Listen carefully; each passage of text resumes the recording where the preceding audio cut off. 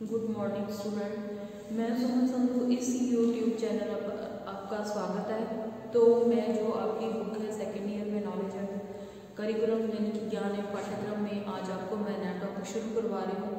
तो इस टॉपिक का नाम है कि जो हमारी राष्ट्रीय पाठ्यक्रम है यानी कि जो राष्ट्रीय पाठ्यक्रम की अवधारणा, राष्ट्रीय पाठ्यक्रम की अवधारणा किसे कहते हैं इसके बारे में मैं आज आपको बता दूँ। तो आज जो हमारा मेन टॉपिक है वो है राष्ट्रीय पाठ्यक्रम एवं अवधारणा, राष्ट्रीय पाठ्यक्रम की अवधारणा जिनकी जो हमारा सिलेबस है नेशनल कॉन्सेप्ट होगी। इसमें क्या जी हमारा जो राष्ट्रीय पाठ्यक्रम की संरचना का विषय शिक्षा व्यवस्था के लिए जो हमारी राष्ट्रीय जो हमारा पाठ्यक्रम है राष्ट्रीय पाठ्यक्रम संरचना का विषय हमारी शिक्षा व्यवस्था के लिए सदैव ही यानी कि हमेशा ही सदैव से ही एक महत्वपूर्ण एवं अनिवार्य रहा है कि हमारी जो हमारा राष्ट्रीय पाठ्यक्रम है वो शिक्षा के लिए सदैव ही महत्वपूर्ण रहा है, हमेशा ही महत्वपूर्ण रहा है और साथ ही अनिवार्य भी।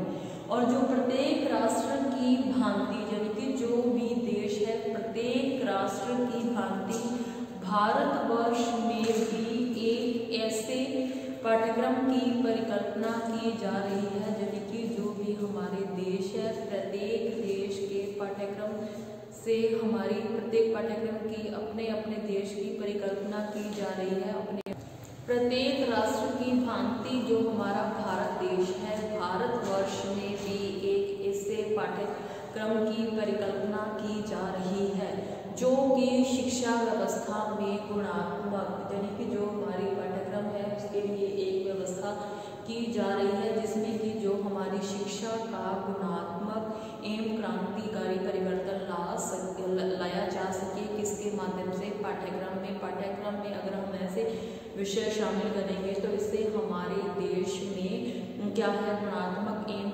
क्रांतिकारी परिवर्तन लाया जा सकता है। और भारतवर्ष में यानी कि भारत में विभिन्न भाषाएं सभ्यताएं और संस्कृति धर्म जाति संप्रदाय प्राचीन काल से ही रहे हैं यानी कि जो हमारा भारत देश है भारत देश में जो विभिन्न प्रकार की है भाषाएं यानी कि भाषा धर्म जाति और संप्रदाय प्राचीन काल से यानी कि पुरातन समय से ही रहे हैं प्राचीन काल से ही रहे हैं। ऐसे देश में राष्ट्रीय पाठ्यक्रम की आवश्यकता जो है भारत में यानी कि ऐसे राष्ट्र में जो पाठ्यक्रम की आवश्यकता है प्राचीन काल से ही अनुभव की जा रही है। इस संदर्भ में प्रथम प्रयास जो हमारा है इस संदर्भ में जो पहला प्रयास यानी कि प्रथम प्रयास किया गया था वो राष्ट्रीय शिक्षा नीति 1986 कौन सी प्रथम प्रयास किसने किया था प्रथम प्रयास राष्ट्रीय प्रथम प्रयास राष्ट्रीय शिक्षा नीति राष्ट्रीय शिक्षा नीति 1986 इसके द्वारा प्रथम प्रयास किया गया था किसके बारे में पाठ्यक्रम के बारे में प्रथम प्रयास किया गया था। प्रथम जो राष्ट्रीय शिक्षा नीति इसके द्वारा 1986 में प्रथम प्रयास कितना 1986 में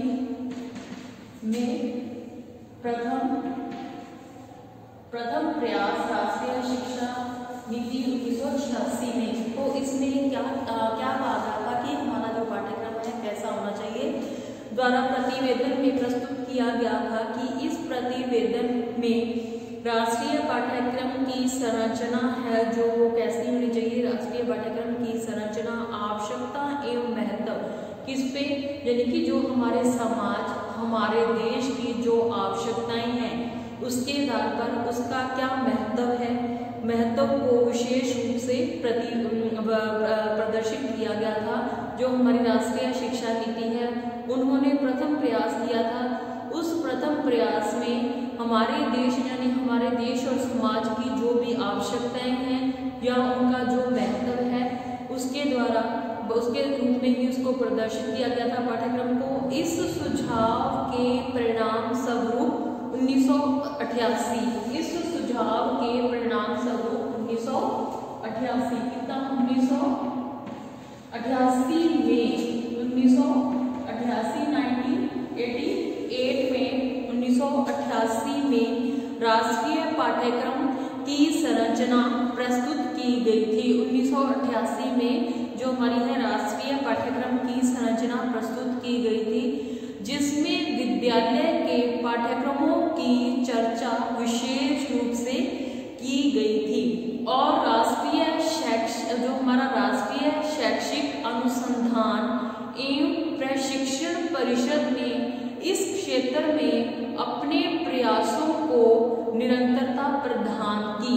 यानी कि जो हमारी राष्ट्रीय शैक्षिक नीति जो है राष्ट्रीय शैक्षिक अनुसंधान एवं जो हमारी प्रशिक्षण परिषद ने इस क्षेत्र यानी कि इस एरिया में अपने प्रयासों से को निरंतरता प्रदान की तथा इसके परिमार्जित स्वरूप को विकसित करने के लिए अनेक प्रयास किए गए और इसके साथ ही NCERT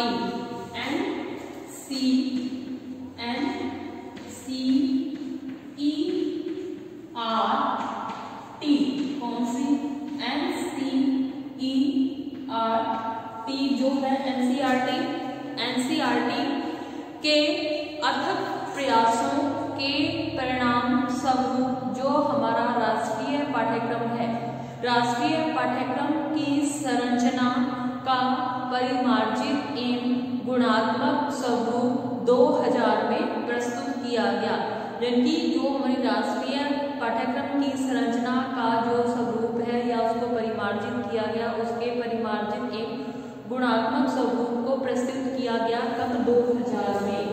कब प्रस्तुत किया गया 2000 में।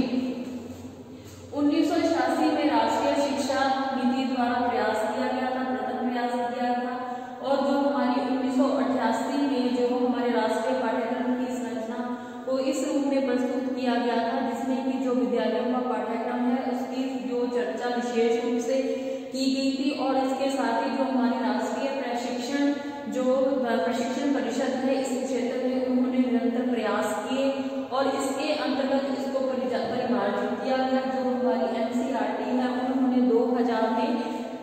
2000 में यह प्रस्तुत किया कि इसे राष्ट्रीय पाठ्यक्रम की संरचना का नाम दिया जाए। जो इसे 2000 में इसे राष्ट्रीय पाठ्यक्रम 2000 में इसे राष्ट्रीय पाठ्यक्रम संरचना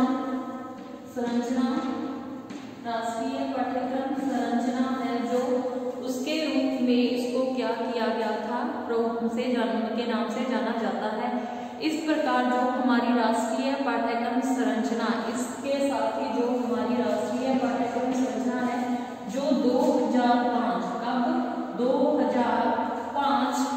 2005 में से पूर्व जो हमारा राष्ट्रीय पाठ्यक्रम की संरचना जो इससे 2005 से पूर्व जो हमारी राष्ट्रीय पाठ्यक्रम कौन सी राष्ट्रीय पाठ्यक्रम संरचना 1986 कौन सी राष्ट्रीय पाठ्यक्रम संरचना 1986 है जो 86 तथा राष्ट्रीय पाठ्यक्रम संरचना 2000 कौन सी 2000 का स्वरूप प्रस्तुत किया गया। इससे यह स्पष्ट होता है कि जो हमारा राष्ट्रीय पाठ्यक्रम है के स्वरूप के संदर्भ में विचार विमर्श एवं इसके निर्माण की प्रक्रिया का जो प्रारंभिक कार्य का प्रारंभिक काल भी चला आ रहा है, काल से चला आ रहा है। यानी कि जो इसकी जो हमारा राष्ट्रीय पाठ्यक्रम के स्वरूप के संदर्भ में जो विचार विमर्श है वो कब राष्ट्रीय शिक्षा नीति 1986 के उसी टाइम से चले आ रहे हैं कि इसने क्या हमारे पाठ्यक्रम में परिवर्तन लाए जाए, विचार विमर्श एवं इसके निर्माण की प्रक्रिया का कार्य प्रारंभ काल से ही चला आ रहा है। इसके साथ ही जो हमारा राष्ट्रीय शैक्षिक अनुसंधान है एवं प्रशिक्षण परिषद, कौन सी? राष्ट्रीय शैक्षिक अनुसंधान और साथ ही हमारे जो प्रशिक्षण परिषद का मानना था कि कोई भी पाठ्यक्रम पूर्ण निश्चित नहीं होता। इन दोनों जो नीतियां हैं हमारी, इन जो हमारा प्रशिक्षण परिषद होगी और साथ ही जो राष्ट्रीय शैक्षिक अनुसंधान और जो प्रशिक्षण परिषद है, उन दोनों का ही मानना है कि जो भी पाठ्यक्रम होता है वह कभी भी पूर्ण या निश्चित नहीं होता। इसमें जो है कि इसमें समय की धारा यानी कि समय के अनुसार जैसा हमारे समाज में जिस तरह की आवश्यकताएं अनुभव महसूस किए जाते हैं और हमारा जो पाठ्यक्रम है उसी के आधार पर उसी समय की धारा के परिवर्तन के साथ साथ पाठ्यक्रम में भी परिवर्तन आता रहता है। जैसे कि हमारे समाज में जैसा जैसा परिवर्तन आता है उसी तरह से हमारा जो शिक्षा का पाठ्यक्रम है उसमें भी परिवर्तन किए जाने चाहिए। और पाठ्यक्रम सदैव ही विकासात्मक प्रक्रिया में रहता है और हमारा जो पाठ्यक्रम है वो सदैव ही हमेशा ही विकासात्मक प्रक्रिया में रहता है। समाज के विकास की प्रक्रिया के अनुरूप ही हमारा राष्ट्रीय पाठ्यक्रम है, जो हमारा राष्ट्रीय पाठ्यक्रम के विकास की भी प्रक्रिया होती रहती है। और इसी अवधारणा को कार्यारूप में परिवर्तित करते हुए तत्कालीन एनसीईआरटी की संरचना जो हमारी है एनसीईआरटी के अध्यक्ष ने जो हमारा राष्ट्रीय पाठ्यक्रम संरचना 2005 को प्रस्तुत किया था। किसने? एनसीईआरटी ने 2000 में प्रस्तुत किया था, जिसमें जो हमारा राष्ट्रीय पाठ्यक्रम की संरचना 1988 एवं राष्ट्रीय पाठ्यक्रम संरचना 2000 के विषयों को परिमार्जित किया गया और जो इसमें क्रमबद्ध एवं सुसंगठित रूप में इसे क्या किया गया? प्रस्तुत किया गया। इसके साथ साथ ही इसमें नवीन विषयों का भी समावेश किया गया है। और जो हमारा राष्ट्रीय पाठ्यक्रम संरचना 2005 में भारतीय शिक्षा के विकास में योगदान देने वाले जो बिंदु हैं, कौन से? 2005 में जो हमारा राष्ट्रीय पाठ्यक्रम संरचना 2005 थी उसमें भारतीय शिक्षा के विकास में योगदान देने वाले जो पॉइंट हैं वो आपको आगे बता रही हूँ, जो 2005 में जो पॉइंट रहे हैं। पहला है बोझ के बिना सीखने की प्रक्रिया का समावेश। बोझ के बिना पहला पॉइंट है इसमें, बोझ के बिना किसका? बोझ शिक्षा को क्या बोझ न समझा जाए। बोझ के बिना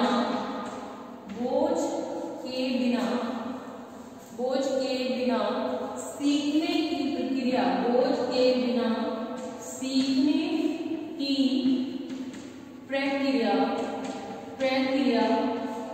का समावेश। बोझ के बिना सीखने की प्रक्रिया का समावेश। देखो इसमें समावेश कैसे हमारी जो शिक्षा है उसको बोझ न समझा जाए, तो इसके लिए राष्ट्रीय पाठ्यक्रम की संरचना में प्रमुख रूप से इस प्रक्रिया पर विचार किया गया कि जिसमें छात्र अध्ययन कार्य को बोझ न समझें, यानी कि जो हमारी शिक्षा है उस शिक्षा को छात्र बोझ न समझें।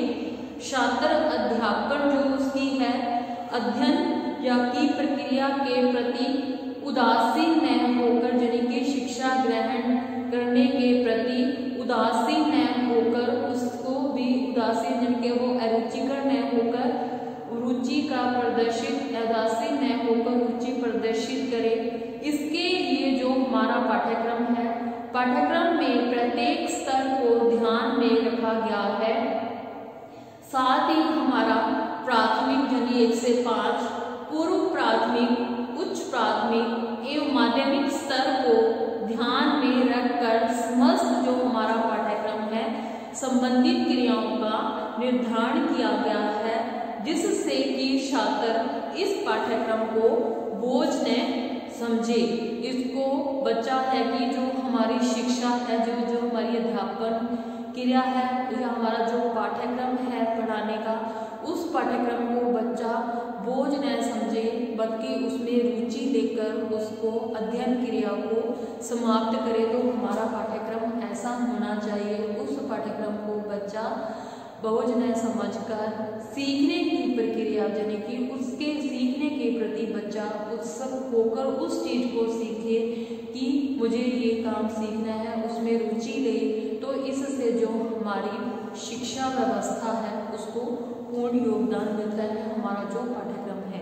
उसके साथ ही भाषाई शिक्षा का समावेश, इसका भाषाई शिक्षा, भाषाई शिक्षा का समावेश, भाषाई शिक्षा का समावेश। पहला पॉइंट इसमें है कि जो हमारा पाठ्यक्रम है, पाठ्यक्रम को या जो हमारी शिक्षा है उसे बच्चा बोझ के बिना सीखने की प्रक्रिया का समावेश। उसके बाद दूसरा पॉइंट इसमें है भाषाई शिक्षा का समावेश, यानी कि भाषाई शिक्षा की दृष्टि से पाठ्यक्रम में समन्वित स्वरूप प्रस्तुत किए गए हैं। तो इसमें क्या है, जो हमारी शिक्षा है, शिक्षा का माध्यम मातृभाषा, राष्ट्रीय भाषा एवं विदेशी जो हमारी भाषाएं हैं, विदेशी भाषाओं को उनकी आवश्यकता के अनुसार महत्व प्रदान किया जाए। इनकी बच्चों की पूर्व प्राथमिक स्तर पर अनुदेशन की भाषा को मातृभाषा के रूप में स्वीकार किया गया है। इसमें पूर्व प्राथमिक यानी 1 से 5, जैसे कि बच्चा छोटी कक्षाओं में जैसे खेल कूद के माध्यम से, तो उस टाइम से जो शिक्षा दी जा रही है उस भाषा में मातृभाषा के स्वरूप को स्वीकार किया जाए। और साथ ही इसके लिए जो हमारा है के अनुसार स्वीकार किया गया है, अर्थात पूर्व प्राथमिक स्तर पर छात्रों को मातृभाषा में शिक्षित होना चाहिए। यह शिक्षण अवधि 2 वर्ष तक की होनी होगी और इसके बाद आवश्यकता अनुसार अन्य भाषाओं का प्रावधान है। यानी कि बच्चे को पूर्व प्राथमिक कक्षा यानी कि 2 वर्ष तक उसे मातृभाषा के माध्यम से शिक्षा दी जाए। उसके बाद बच्चे की आवश्यकता के अनुसार उसे भाषा का जो माध्यम है उसे बदला जाए। तो उसके बाद अब इसमें आ जाता है तीसरा पॉइंट, अनुदेशन का माध्यम। कौन सा तीसरा? अनुदेशन।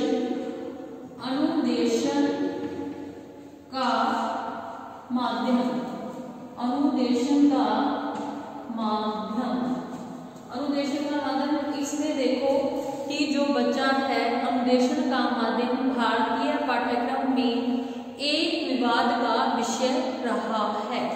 यानी कि अनुदेशन का माध्यम इंस्ट्रक्शन हो गया। अनुदेशन होता है इंस्ट्रक्शन देना किसी चीज के बारे में। जो हमारा अनुदेशन का विषय है का माध्यम भारतीय पाठ्यक्रम में एक विवाद का विषय रहा है। इसके लिए राष्ट्रीय पाठ्यक्रम संरचना 2005, कौन सी राष्ट्रीय जो हमारी राष्ट्रीय पाठ्यक्रम संरचना है जो 2005 में मातृभाषा के अनुदेशन यानी कि जो हमारी मातृभाषा है उसके बारे में इंस्ट्रक्शन दिया गया है। अनुदेशन माध्यम के रूप में स्वीकार किया गया है। विद्यालय में प्रवेश के 2 वर्ष तक यानी कि जो बच्चा विद्यालय में प्रवेश ले रहा है, प्रवेश में वर्ष के 2 वर्ष तक अनुदेशन का माध्यम उसको यानी कि जो शिक्षा दी जा रही है, बच्चे को जो इंस्ट्रक्शन दी जा रही है उसका जो माध्यम, भाषा का माध्यम वो कौन सा होना चाहिए? मातृभाषा होनी चाहिए। जिससे कि छात्र को प्रारंभ में अध्यापन के प्रति अरुचि न हो और सदैव के लिए उसके मन में कुंठा की भावना उत्पन्न हो जाए। इसके बाद भाषा के अन्य रूपों की चर्चा की जानी चाहिए। यानी कि जो बच्चा कक्षा जब छोटी है जब पूर्व प्राथमिक कक्षाओं में, छोटी कक्षाओं में, तो तब बच्चे को जो शिक्षा दी जा रही है उसका माध्यम मातृभाषा होनी चाहिए। उसके जो शिक्षा बच्चा ग्रहण कर रहा है मातृभाषा के माध्यम से उसे शिक्षा दी जाए, जिससे कि वो बच्चा शिक्षा ग्रहण करे और शिक्षा के प्रति उसके मन में कुंठा की भावना उत्पन्न न हो, यानी कि उसको जो शिक्षा ले रहा है वो उसके लिए रुचिकर हो। तो मैंने इसमें आपको 3 पॉइंट बनाए हैं। पहला है बोझ के बिना सीखने का समावेश, दूसरा है भाषाई शिक्षा का समावेश, तीसरा है अनुदेशन का माध्यम। अब चौथा जो पॉइंट है वो आपको बता रही हूँ, इसमें सामान्य विद्यालयों की व्यवस्था। कौन सा चौथा? सामान्य विद्यालयों की व्यवस्था, सामान्य विद्यालयों की व्यवस्था। तो इसमें जो हमारे विद्यालय बनाए जा रहे हैं, जो विद्यालयों की व्यवस्था की जा रही है वो सामान्य विद्यालयों की व्यवस्था होनी चाहिए। जैसे कि इसमें राष्ट्रीय पाठ्यक्रम है, जो पाठ्यक्रम को क्रियान्वित करने के लिए सामान्य विद्यालयों की व्यवस्था करनी चाहिए, जो कि एक नियम, एक रूप, एक व्यवस्था पर आधारित हो, यानी कि जो भी वहाँ पे नियम हो वो एक ही हो और वहाँ का जो रूप हो वो एक ही हो और जो वहाँ की व्यवस्था हो वो एक जैसी हो और विद्यालय का समान स्वरूप की राष्ट्रीय पाठ्यक्रमों को क्या कर सकता है, पाठ्यक्रमों का उचित माध्यम है, यानी कि जो विद्यालय का समान स्वरूप की राष्ट्रीय पाठ्यक्रमों का जो उचित माध्यम है और इसी कार्यक्रम में विद्यालयों की समानता पर विशेष बल दिया गया है। तो आज मैंने आपको करवाया था कि जो हमारा राष्ट्रीय पाठ्यक्रम संरचना है उसकी अवधारणा बताई थी। तो उस अवधारणा में मैंने आपको आज 4 पॉइंट बनाए हैं। कौन कौन से? पहला है बोझ के बिना सीखने की प्रक्रिया का समावेश, दूसरा है भाषाई शिक्षा का समावेश, तीसरा है अनुदेशन का माध्यम और चौथा है सामान्य विद्यालयों की व्यवस्था। तो जो आगे पॉइंट बचे हैं वो मैं आपको कल की क्लास में करवाऊंगी। तो आज की क्लास है जो आपकी आज यही खत्म होती है। धन्यवाद।